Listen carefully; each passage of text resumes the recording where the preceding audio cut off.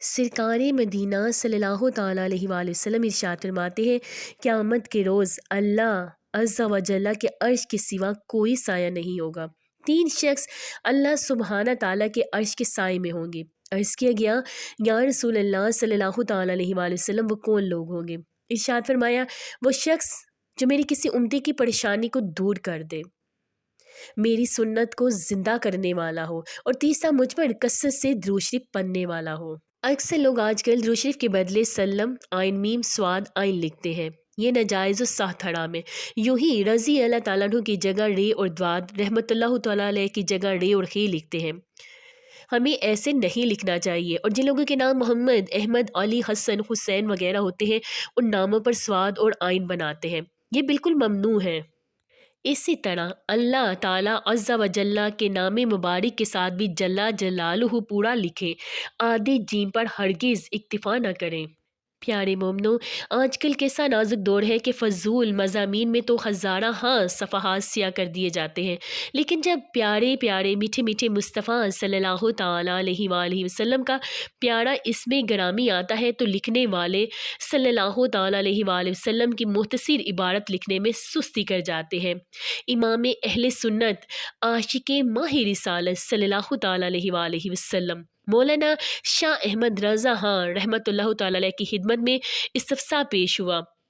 مستفتی نے سوال میں صلی اللہ تعالیٰ علیہ وآلہ وسلم کی جگہ سلم لکھ دیا تھا، تو اعلیٰ حضرت علی رحمہ نے اس پر تنبیہ فرمائی، صلی اللہ تعالیٰ علیہ وآلہ وسلم کی جگہ سلم لکھنا یا سواد لکھنا ممنوع ہے۔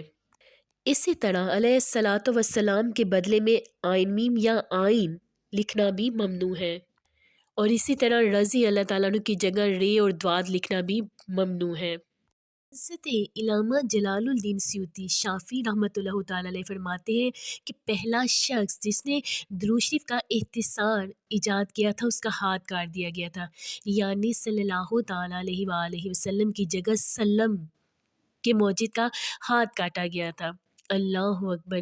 کتنا محبت بھرا دور تھا کہ صلی اللہ علیہ وآلہ وسلم کا موقف ایجاد کرنے والے کا ہاتھ کاٹ دیا گیا، اور کیوں نہ ہو، کیا جو صرف مال کی چوری کرتا ہے اس کا ہی ہاتھ کاٹ دیا جاتا ہے؟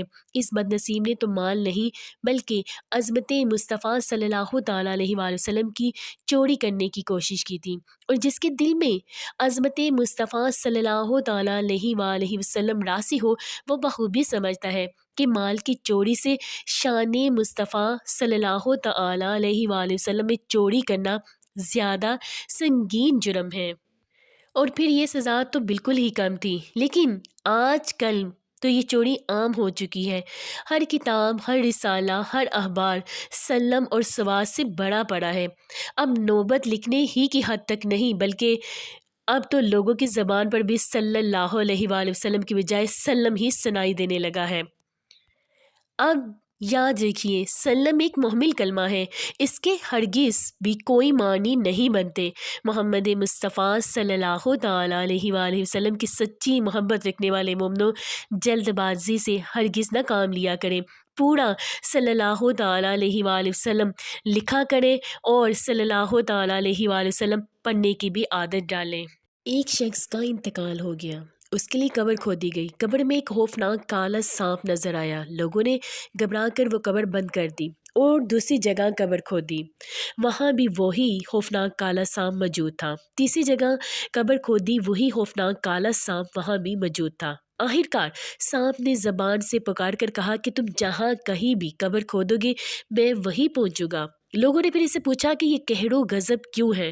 سانپ بولا، یہ شخص جب سرکار مدینہ صلی اللہ تعالیٰ علیہ وآلہ وسلم کا نام نامی سنتا تھا تو درود پڑھنے سے بخل کرتا تھا، اب میں اس بخیل کو سزا دیتا رہوں گا۔ حضرت ابو زکریا رحمۃ اللہ تعالیٰ علیہ نے فرمایا، میرے ایک دوست نے مجھے یہ واقعہ سنایا کہ بصرہ میں ایک آدمی حدیث پاک لکھا کرتا تھا، اور قصداً کاغذ کی بچت کے لیے حضور اکرم صلی اللہ تعالیٰ علیہ وآلہ وسلم کے نام مبارک پر درود پاک لکھنا چھوڑ دیتا تھا۔ اس کے دائیں ہاتھ میں آکلے کی بیماری لگ گئی، اس کا ہاتھ گل گیا اور اسی بیماری کے درد میں وہ مر گیا۔ ایک کاتب تھا، کتابت کرتے وقت جہاں پیارے مصطفیٰ صلی اللہ تعالیٰ علیہ وآلہ وسلم کا اسم گرامی لکھتا، وہاں صلی اللہ علیہ وآلہ وسلم لکھنے کی بجائے صرف سلم لکھا کرتا تھا۔ مرنے سے پہلے اس کا ہاتھ بھی کٹ گیا تھا۔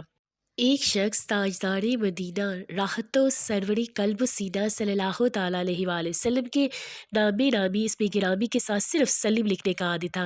اس کی موت سے پہلے زبان کاٹ دی گئی تھی۔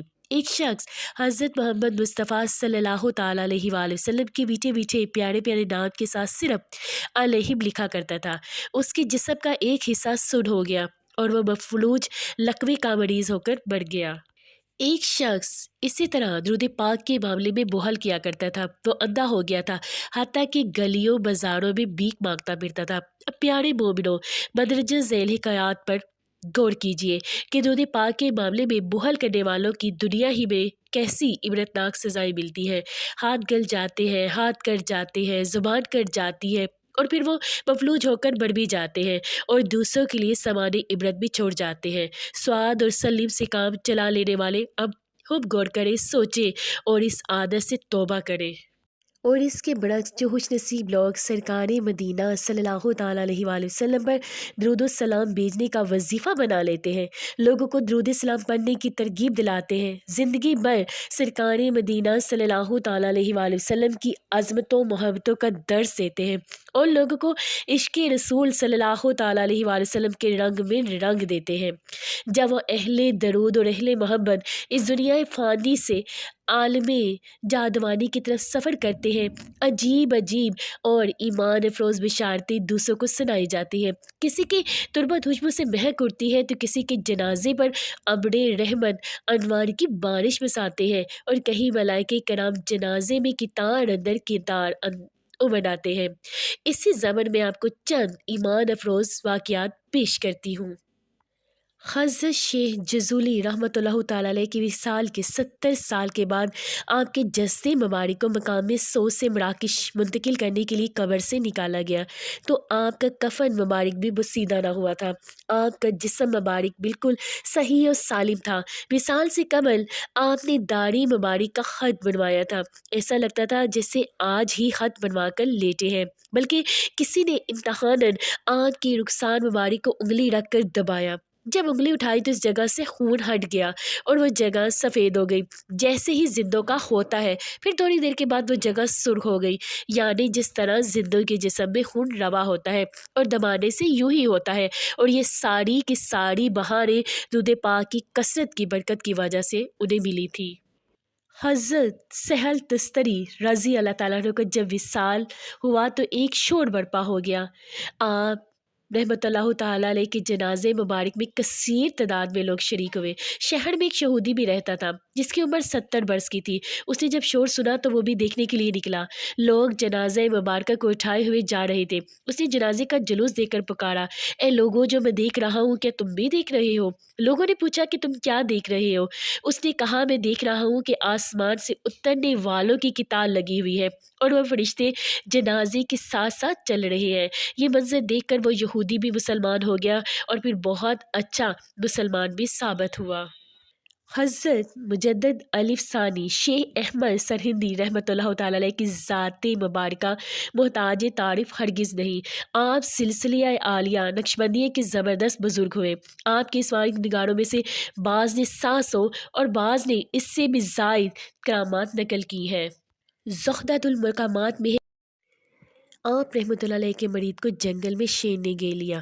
اس نے آپ رحمۃ اللہ علیہ کو فوراً یاد کیا۔ فوراً آپ رحمۃ اللہ علیہ ہاتھ میں سال لیے ہوئے نمودار ہوئے اور شیر کو مار بگا دیا اور پھر غائب ہو گئے۔ ہمراہیوں نے دریافت کیا کہ یہ کون بزرگ تھے؟ اس نے جواب دیا، میرے پیر و مرشد حضرت مجدد الف ثانی رحمۃ اللہ تعالیٰ علیہ تھے۔ اسی طرح شب برات میں آپ رحمۃ اللہ علیہ پر ظاہر کر دیا گیا تھا کہ آپ اسی سال وصال پائیں گے، چنانچہ پھر ایسا ہی ہوا۔ آپ رحمۃ اللہ علیہ نے وفات سے ایک روز قبل کل حالات وفات حتیٰ کہ وقت وصال تک بھی بیان فرما دیا تھا، اور پھر یوں ہی ہوا۔ آپ رحمۃ اللہ علیہ نے اپنے وصال شریف سے قبل اپنے ایام باقیہ یعنی اتنے دن زندہ رہوں گا ظاہر فرما دیا تھا، اور ایسا ہی ہوا۔ آپ نے 63 سال کی عمر شریف میں وصال فرمایا۔ آپ کی وصال پر زمین و آسمان روئے۔ آپ کو جب غسل دیا جا رہا تھا اس وقت آپ رحمۃ اللہ علیہ کے دونوں مبارک ہاتھ اسی طرح تھے جس طرح نماز میں قیام کی حالت میں باندھے جاتے ہیں۔ کئی مرتبہ غسل کے دوران کھولے گئے، پھر ویسے ہی ہو گئے، اور آپ کے چہرے مبارک پر تبسم کھیل رہا تھا۔ آپ رحمۃ اللہ علیہ کے جنازے مبارک کو آپ کے بڑے صاحبزادے حضرت خواجہ محمد صادق رحمۃ اللہ علیہ کے مزار مبارک کے قریب لایا گیا تو وہاں جگہ کی تنگی تھی۔ آپ رحمۃ اللہ علیہ کا جنازہ مبارکہ جیسے ہی لایا گیا، صاحبزادہ صاحب کی قبر شریف جانب مشرق تقریباً ایک ہاتھ کو ہٹ گئی اور جگہ خود بخود ہی وسیع ہو گئی۔